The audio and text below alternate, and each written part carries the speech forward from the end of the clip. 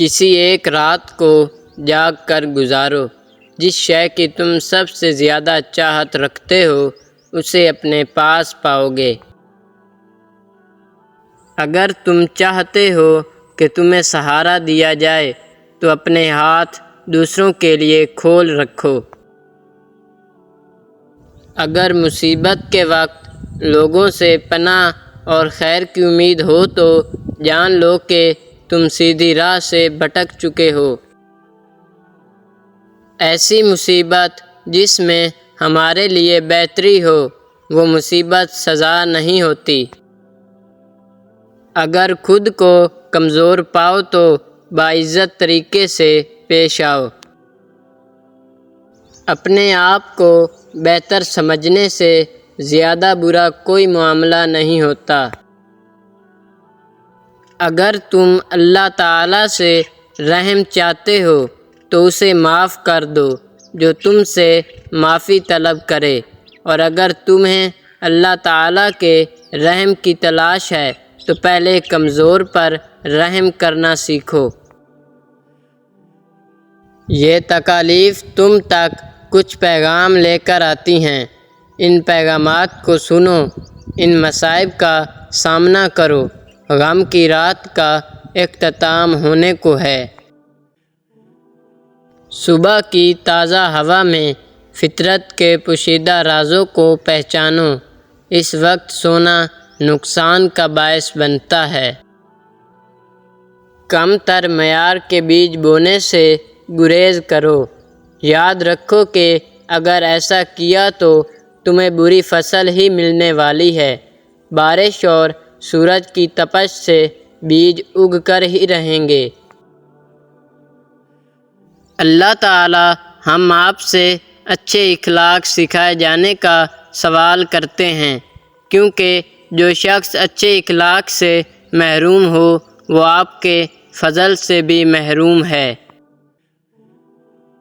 تم کسی شخص کے ساتھ بغض کو سالوں اپنے دل میں رکھتے ہو، ایسے بوجھ کو اٹھائے ہوئے تم عاجزی کو کیسے اپنا سکتے ہو، اور ایسے معاملات کو ذہن میں رکھتے ہوئے تم اپنی منزل تک کیسے پہنچ سکتے ہو؟ جب دل ہی ادھر ادھر کے خیالات میں مگن ہو تو اللہ تعالیٰ کی اطاعت اور ذکر میں کیسے سکون مل سکتا ہے؟ امن اور سلامتی کا پھول پرسکون ماحول میں نشو و نما پاتا ہے۔ اپنی زبان کو ایسا امن کا پھول بناؤ۔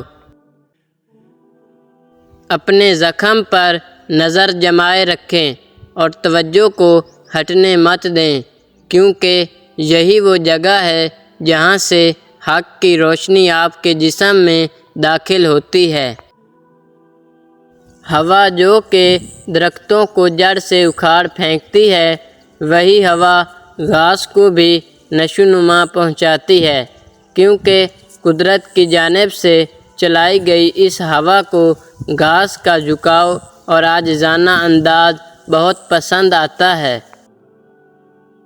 جو شخص بھی مدد لے کر آئے اس کے شکر گزار رہو، کیونکہ اسے خدا کی جانب سے ہدایت بنا کر بھیجا گیا ہے۔ اگر کسی کو نقصان پہنچاؤ گے تو جان لو کہ تم اس نقصان کو اپنی جانب متوجہ کر رہے ہو۔ کسی بھی برے کام کو چھوٹا گناہ مت سمجھو، ایسا کرنے سے بہت جلد دل سیاہ ہو جاتا ہے۔ اس دنیا میں وقت گزارتے ہوئے چھپنے کی جگہ تلاش مت کرو۔ ہر غار میں تمہیں کوئی نہ کوئی دشمن ضرور ملے گا۔ اگر تم چوہوں کے ساتھ رہنے لگو تو بلی کے پنجے تم تک پہنچ ہی جائیں گے۔ صرف اللہ تعالیٰ کے ساتھ وقت گزارنے میں تمہیں حقیقی سکون مل پائے گا۔ توبہ ایک عجیب و غریب قسم کی سواری ہے۔ یہ انسان کو ذلت کے گڑھے سے بلندی اور قبولیت تک کا سفر بہت تیزی سے طے کروا دیتی ہے۔ تم جتنا بھی تلاش کر لو اسے نہیں ڈھونڈ پاؤ گے۔ صبر سے کام لو اور ہر وہ کام کرنے کی کوشش کرو جس سے تمہاری روح میں حرارت پیدا ہو۔ بے وقوف لوگوں کے ہاں غرور اور تکبر عام پایا جاتا ہے، لیکن اگر کوئی شخص عقل سے کام لے تو جان لے گا کہ انسان کے لیے تکبر کرنا یقیناً مناسب نہیں ہے۔ ہر ایسے کام سے گریز کرو جو تمہیں موت یا بیماری کی جانب لے جائے، یا جس کو سر انجام دینے سے تمہیں خوف محسوس ہو یا تمہاری عزت پر حرف آئے۔ جو شخص عزت کے ساتھ پیش آئے اسے عزت ہی ملتی ہے۔ جو شخص اچھے اخلاق کا مظاہرہ کرے لوگ اس کے لیے آنکھیں بچھا دیتے ہیں۔ نیک عورتیں ہمیشہ نیک مردوں کی جانب مائل ہوتی ہیں۔ جس شخص کو بھی اپنی زندگی سونے چاندی کے نام کرتے دیکھو تو اے اختر جان لو کہ اس نے کبھی اللہ تعالیٰ کی محبت کا مزہ نہیں چکھا۔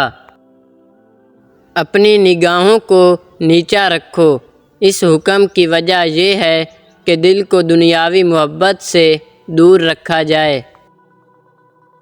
بعض اوقات اللہ تعالیٰ ہماری دعائیں قبول کرنے میں دیر کر دیتا ہے تاکہ دعا کرنے والا شخص عاجزی کے ساتھ گڑ گڑاتے ہوئے دعا مانگتا رہے۔ جب وہ شخص ایسے کر رہا ہوتا ہے تو اللہ تعالیٰ اس سے بخوبی واقف ہوتا ہے، آخر کار دعا کو قبول کر لیتا ہے۔ کام کرتے رہو اور کنویں کو کھودتے رہو۔ اپنے کام سے توجہ ہٹانے کے بارے میں مت سوچو کیونکہ کسی بھی وقت پانی نکل سکتا ہے۔ یہ حسد ہی تھا جس کی وجہ سے ابلیس حضرت آدم علیہ السلام کو سجدہ نہیں کر پایا تھا، اور یہ حسد ہی تھا جس کی وجہ سے اس نے حق کی مخالفت کی تھی۔ آپ کی ذات میں موجود غصہ اور تکبر کی وجہ نفس کی خواہشات ہیں، اور ان خواہشات کی جڑ آپ کی بری عادات سے جا ملتی ہیں۔ حضرت عیسیٰ علیہ السلام نے جواب دیتے ہوئے فرمایا، جہالت کی بیماری در حقیقت اللہ تعالیٰ کا غضب ہے۔ اندھا ہو جانا سزا نہیں بلکہ اللہ تعالیٰ کی طرف سے آزمائش ہے۔ آزمائش ایک ایسی تکلیف ہے جس کے ساتھ اللہ تعالیٰ اپنا کرم فرماتے ہیں، جبکہ جہالت ایک ایسی بیماری ہے جس کے ساتھ اللہ تعالیٰ کا قہر نازل ہوتا ہے۔ اے لوگو، میری صورت پر چھائی کمزوری کو مت دیکھو کیونکہ میرے پاس ایک خاص طاقت ہے۔ کیا تم جانتے ہو کہ بادشاہوں کے بادشاہ کے ساتھ میرا دل کا رشتہ ہے؟ زندگی کی دوڑ میں بھاگتے رہو، اگر تمہارے سامنے کوئی منزل نہ ہو تب بھی بھاگتے رہو۔ فاصلوں کی فکر مت کرو، رک جانا انسانوں کا شیوا نہیں۔ چلتے رہو لیکن وہاں نہیں جہاں تمہیں اپنے خوف کی وجہ سے کوئی قدم اٹھانا پڑے۔ اور اگر تم ہارے ہوئے لوگوں کی صحبت اختیار کر لو تو تم بھی زندگی کی دوڑ میں ہار جاؤ گے۔ گندے پانی کو صاف کرنے کا طریقہ یہ ہے کہ اس گندے پانی کو دریا میں واپس ڈال دیا جائے۔ یوں ہی بڑی عادات سے چھٹکارا حاصل کرنے کا طریقہ بھی یہی ہے کہ ان عادات کو واپس بھیجا جائے، یعنی اپنی فطرت میں تبدیلی لائی جائے۔ دھوکے باز لوگوں کے ساتھ برتاؤ کرتے وقت اپنے رازوں کو پوشیدہ رکھو۔ دوگلے لوگوں کے ساتھ پرسکون رہتے ہوئے عقل کا استعمال کر کے معاملہ کرو۔ اچھے اخلاق کے ساتھ مناسب بات کرو۔ صبر کرنا تمہاری شخصیت کو نکھارتا ہے۔ اگر بیمار شخص تمہارا دشمن بھی ہو تو بھی اس کی عیادت کو جانا ایک اچھا عمل ہے، کیونکہ نیکی کے اعمال کی وجہ سے کئی بار دشمن کو بھی اپنا دوست بنایا جا سکتا ہے۔ جو لوگ اللہ والوں کی صحبت میں بیٹھتے ہوں وہ کبھی بھی مشکلات اور بدقسمتی کا شکار نہیں ہو سکتے۔ اپنے محبوب کی بات سنو۔ جب تم اپنے محبوب کی اطاعت میں کامل ہو جاؤ تو اپنی ذات کو اس دنیا کے جھمیلوں سے آزاد کر پاؤ گے۔ اپنی ظاہری آنکھ کو بند کر کے دل کی آنکھ سے دیکھنا شروع کرو۔ اپنے کمرے میں تنہائی کے ساتھ گزارا گیا تھوڑا سا وقت ان تمام معاملات سے بہتر ہے جو تم اس زندگی کی دوڑ میں حاصل کر پاؤ۔ جب کوئی شخص تمہارے لیے تحائف کو گن رہا ہو تو ایسے وقت میں ان تحائف کو یا اپنے ہاتھوں کو مت دیکھو، بلکہ اس بات پر توجہ دو کہ یہ تحائف دینے والا کون ہے۔ اپنی کوششوں کو جاری رکھو اور تمہاری ذات میں پوشیدہ خوشیاں آخر کار باہر آنے لگیں گی۔ تمہارے پاس علم و عقل کا خزانہ موجود ہے، پھر بھی تم چھوٹی چھوٹی مشکلات کا حل تلاش کرنے دوسروں کے پاس جاتے ہو۔ جسم کیا ہے؟ صبر اور برداشت۔ محبت کیا ہے؟ شکر گزاری۔ ہمارے سینوں میں کیا دفن ہے؟ خوشی اور قہقہے۔ اس کے علاوہ کیا ہے؟ ہمدردی اور خلوص۔ جو تمہیں غلط لگے وہ کسی دوسرے کے لیے صحیح بھی ہو سکتا ہے۔ جو شے تمہارے لیے زہر ہے وہ کسی اور کے لیے شہد کی مانند بھی ہو سکتی ہے۔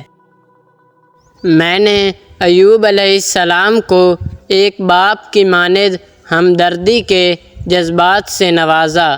ایسے جسم میں موجود کیڑوں کو کوئی نقصان نہیں پہنچایا جا سکتا۔ اگر تم میرے غم میں شریک ہو تو مجھے غم زدہ ہونے کی کیا ضرورت ہے؟ اے لوگو، اگر تم عبادات کی ظاہری طور پر ادائیگی سے آگے بڑھ کر اپنے خالق سے تعلق بنا لو جو کہ تمام خوبیوں کا سرچشمہ ہے تو تم لوگ اس دنیا میں رہتے ہوئے ہی جنت کے مزے لوٹنا شروع کر دو گے اور اپنی زندگی میں چارسو آسانیاں ہی پاؤ گے۔ جب خود کو مصائب کے بھنور میں پھنسا ہوا پاؤ تو سمندر کی تہہ تک جانے کا راستہ نکالنے کی کوشش کرو۔ یہ ایک ایسی مؤثر دوا ہے جس کا حصول محض ان لوگوں کو ہوتا ہے جو درد کو اس کی انتہا پر جا کر اسے برداشت کر لینے کی صلاحیت رکھتے ہوں۔